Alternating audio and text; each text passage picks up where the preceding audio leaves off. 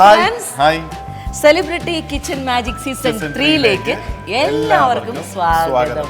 അപ്പൊ ഞങ്ങളുടെ ഇന്നത്തെ ഡിഷ് എടാ നവീനെ, ഞങ്ങള് അറിയാലോ ക്രിസ്ത്യൻ ബാക്ക്ഗ്രൗണ്ടിൽ നിന്ന് വന്നേക്കുന്നുണ്ട്, നസ്രാണികളാണ്. അപ്പൊ നസ്രാണികൾക്ക് ബീഫ് എന്ന് പറഞ്ഞാൽ ഒരു വികാരമാണ്.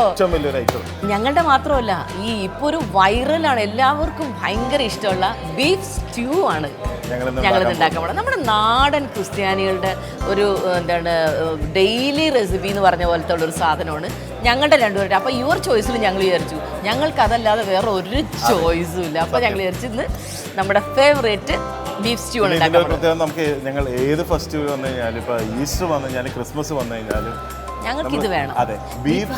ഓണം വന്നാലും ഇല്ലേ, ചിലപ്പോൾ വൈകുന്നേരം ഞങ്ങൾ ബീഫ് ഉച്ചയ്ക്ക് സദ്യയൊക്കെ കഴിച്ചിട്ട് വൈകുന്നേരം ഞങ്ങൾ ഒരു ചെറിയ ബീഫ് സ്റ്റ്യൂ ഉണ്ടാകും. ഒരു കഷ്ണം ബീഫ് കഴിച്ചില്ല. അതെ, അപ്പൊ അങ്ങനെയാണ് ഞങ്ങളുടെ ബീഫായിട്ടുള്ള ഞങ്ങളുടെ ബന്ധം. അപ്പൊ നമുക്കിത് തുടങ്ങിക്കളയാം അല്ലേ?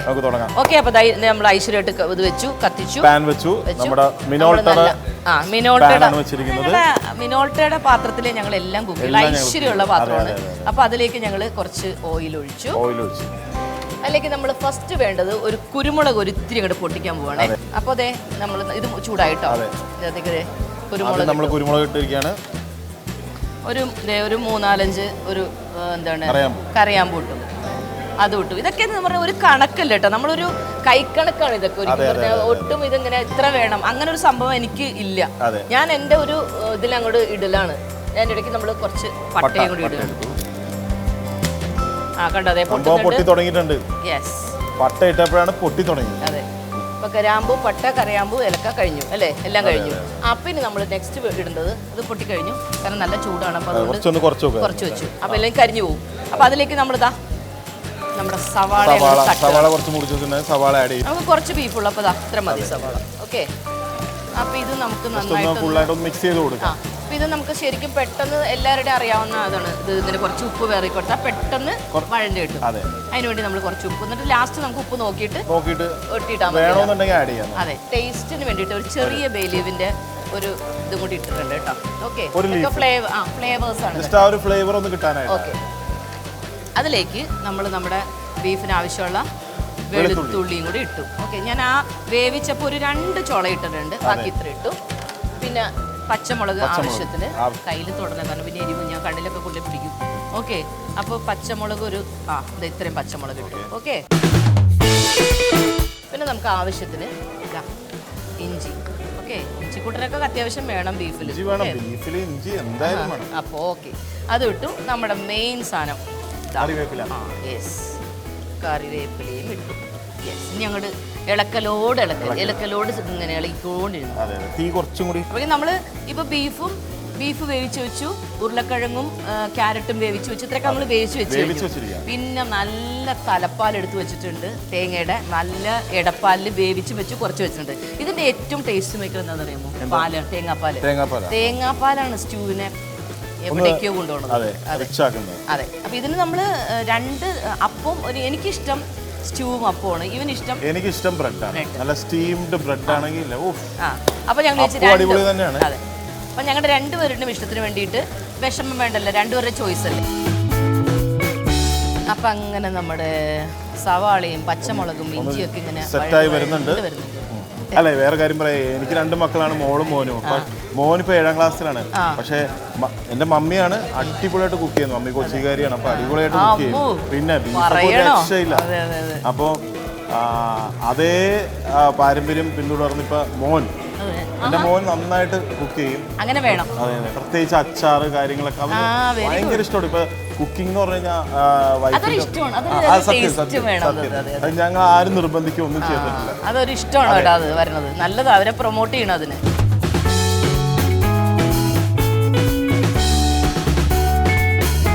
വഴറ്റി വന്നിട്ടുണ്ട്. അപ്പൊ അതിലേക്ക് നമ്മൾ 2 സ്പൂൺ കോൺഫ്ലോർ അതിന്റെ കാരണം ഒരു കൺസിസ്റ്റൻസി ഉണ്ടല്ലോ, ഒരു ഇത്തിരി തിക്കായിരിക്കണം അല്ലേ, അല്ലെങ്കിൽ ഭയങ്കര ഇതായിട്ട് കിടക്കരുത്, മനസ്സിലായില്ല. അപ്പൊ അതിനൊന്ന് ഇതിങ്ങനെ കോൺഫ്ലോറിന് ഇതിലൊന്ന് കലക്കിയിട്ട് എടുക്കെടുക്ക് മോനെ, എടുത്തോടാ, വന്ന് തട്ടിക്കോ, ധൈര്യമായിട്ട് ഒഴിച്ചോ മോനെ, പതുക്കെ ഒഴിക്കട്ടെ. കേട്ടോ, ഒഴിച്ചു. ഇനി കമത്തിക്കോ, കമത്തിക്കോ. എല്ലാം നല്ല പാകത്തിന് വെന്ത് ബീഫും നമ്മുടെ ഉരുളക്കിഴങ്ങും ഇതെല്ലാം നല്ല പാകത്തിന് വെന്ത് ഇടപ്പാൽ ഒഴിക്കുകയാണേ. ഓക്കെ. തലപ്പാൽ ഇവിടെ ലാസ്റ്റാണ്. അപ്പം നമ്മുടെ ഇനി ഇടപ്പാൽ ഞാൻ വേവിച്ചതും ഇടപ്പാലിൽ തന്നെയാണ്, പച്ചവെള്ളത്തിൽ വേവിച്ചില്ല. ഓക്കെ. ഉപ്പ് പോരാ. ഉപ്പ് ചേച്ചി നോക്കിക്കോട്ടെ, ഞാൻ ഏരിയ വിട്ടു. ഉപ്പില് അല്ല എന്തൊക്കെ നമ്മൾ ചേച്ചി എന്താ സംഭവിച്ചതെന്ന് വെച്ചിട്ടുണ്ടെങ്കിൽ ഞാൻ അധികം ഉപ്പ് കഴിക്കുന്ന അത് പക്ഷെ ഒരു കാര്യമുണ്ടെടാ, ഈ ടേസ്റ്റ് എന്ന് പറയണത് നമുക്ക് ചിലപ്പോൾ ഉപ്പിടാതെ നമ്മൾ എന്തെങ്കിലും ടേസ്റ്റ് ഉണ്ടോ, ആ കറക്റ്റ് പാകത്തിൽ വരുമ്പോഴേ ടേസ്റ്റ് അറിയുള്ളൂ. പക്ഷെ എന്താന്ന് പറയുക, ഞാൻ എന്റെ പൊതുവെ ശീലമാണ് ഒന്ന് തിളച്ച് വരണോ അല്ലേ? അതായത് ഇപ്പൊ പച്ചവെള്ളത്തിന്റെ ഒരു ഇതിലേക്കല്ലേ തിളച്ച് വരട്ടെ. തിളച്ച് വന്നിട്ട് നമുക്ക് നോക്കാം.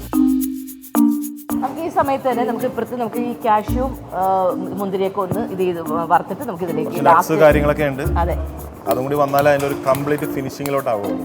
ഈ ഏകദേശം ചട്ടി ഇവിടെ ഓക്കെ ആയിട്ടുണ്ടല്ലേ. കുറച്ച് നെയ്യിട്ടേക്കാം.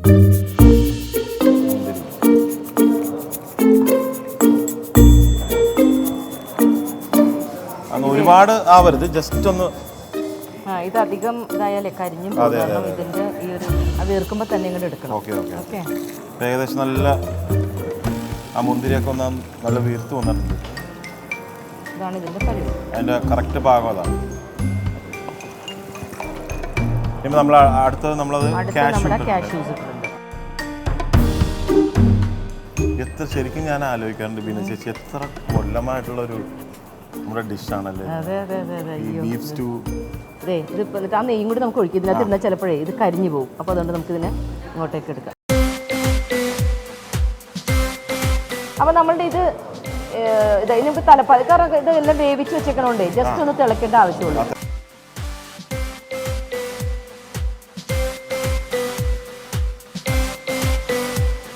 നമ്മൾ തലപ്പാലും കൂടി ഒഴിച്ചു കേട്ടോ. ഇപ്പോഴാണ് ആ ഒരു കറക്റ്റ് ഫോർമേഷനിൽ ഏകദേശം തീർന്നു. നമ്മൾ അടപ്പ് ഓഫ് ചെയ്തിട്ടുണ്ട്. നമ്മുടെ ഇനി മെയിൻ സാധനം ഞങ്ങളുടെ അടുത്ത് കൊട്ടിയാൽ മാത്രം മതി. അപ്പോൾ നമ്മുടെ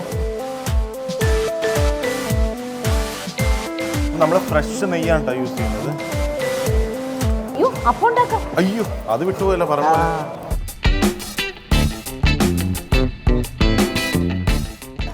ചെറിയൊരു ചേഞ്ച് കുറച്ച് നെയ്യൊക്കെ ഇട്ട് കല്ലപ്പം എടുത്തു. അപ്പൊ ഞങ്ങൾ വിചാരിച്ചു ഇന്ന് കല്ലപ്പവും ബീഫ് സ്റ്റൂവും കൂടി ഒന്ന് ചെറുതായിട്ടൊന്ന് മാറ്റി പിടിച്ചു. സംഭവം അടിപൊളിയായിട്ടുണ്ട്. നെയ്യൊക്കെ ഇട്ട് കല്ലപ്പത്തിന്റെ മുകളിൽ കുറച്ചുകൂടി ആവാനുണ്ട്.